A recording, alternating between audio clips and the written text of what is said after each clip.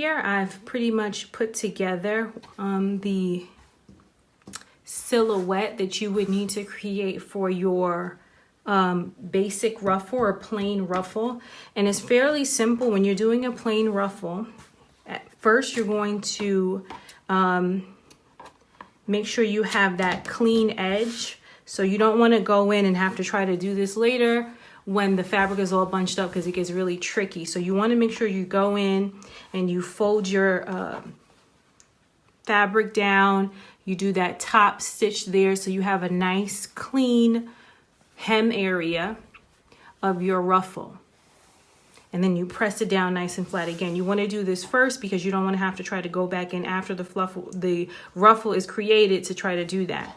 Next, you're going to create your thread lines that are going to allow you to pull the sides together to create that ruffle. So what you do is you go in at the stitch length of 5, because that's the widest stitch length, and it'll just prevent the threads from coming apart or the cinches being too tight. It's a nice way to pull when they're at stitch length 5.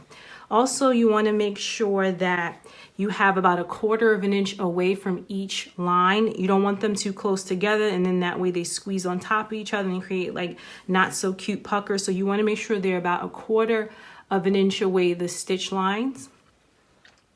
You also want to make sure you get general purpose or a nice strong thread. Again, you're going to be pulling these at these threads and kind of like bunching them together. So if they are not secure or strong threads, what's going to happen is it's going to pop. And what you don't want to happen is these threads popping midway through pull, because wherever that pop has occurred, that area is not going to gather or bunch or ruffle, and it's going to be obvious. So more often than not, you're going to have to take apart that entire stitch and redo it again. So just to avoid that happening, you want to just make sure you have a strong thread.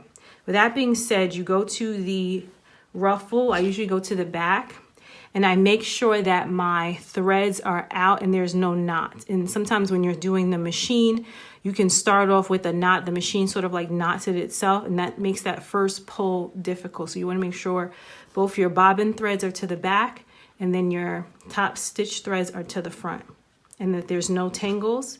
And you want to do that to the other side as well. Just kind of like run your seam ripper through and make sure there's clean on both sides, so it's easier to pull.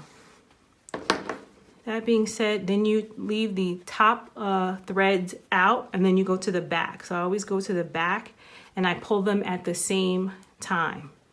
And you just sort of lightly tug at them. So every time you pull, you don't want to cut these threads until you're absolutely completely done with this ruffle. So you don't want to like feel like, oh, I got it. Especially if you're placing them on a dress, you always want to make sure that you pin them to the garment first, baste them, and then when you're sure everything is in its place, then you can go ahead and I can show you how to place knots at the end and then machine stitch it. That way you don't have to worry about them coming apart. As you can see, we're already getting that ruffle look. And you would just go to the other side and do the same thing. That way you're not having to pull it all from one side.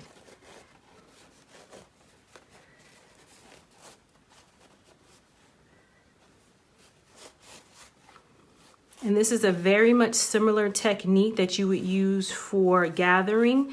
Like if you wanted to have a dress that was gathered, it's a similar technique. The only difference is this top portion has to be folded over and sort of clean like this area prior to you beginning that. So where here is just the raw edge at the top, you want to make sure that area is folded at the top. And instead of being at the very edge, that's usually going to come down about 1 inch to 1/2 inch fold, but it's pretty much the same sort of technique as far as like pulling the threads as you would the gather. And gathering is not just for decoration. Sometimes when you're putting in sleeves, you're going to need to probably apply this method in some degree. So it's also for different techniques. So you want to make sure that you have a general understanding of how to gather or rouge or ruffle your fabrics because it's not just decorative, it can be used for a variety of things. So this is pretty much a ruffle. So again, you can place that on a garment as an accent. It's a nice, cute little decorative accent. Now, once you're secure in the ruffle, you go to the back threads and you pull the front threads through. You pull that front thread through.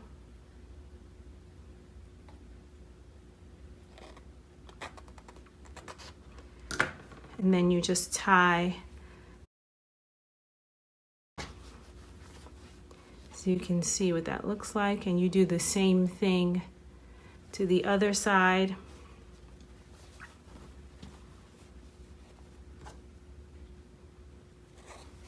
And there you have it, your finished ruffle.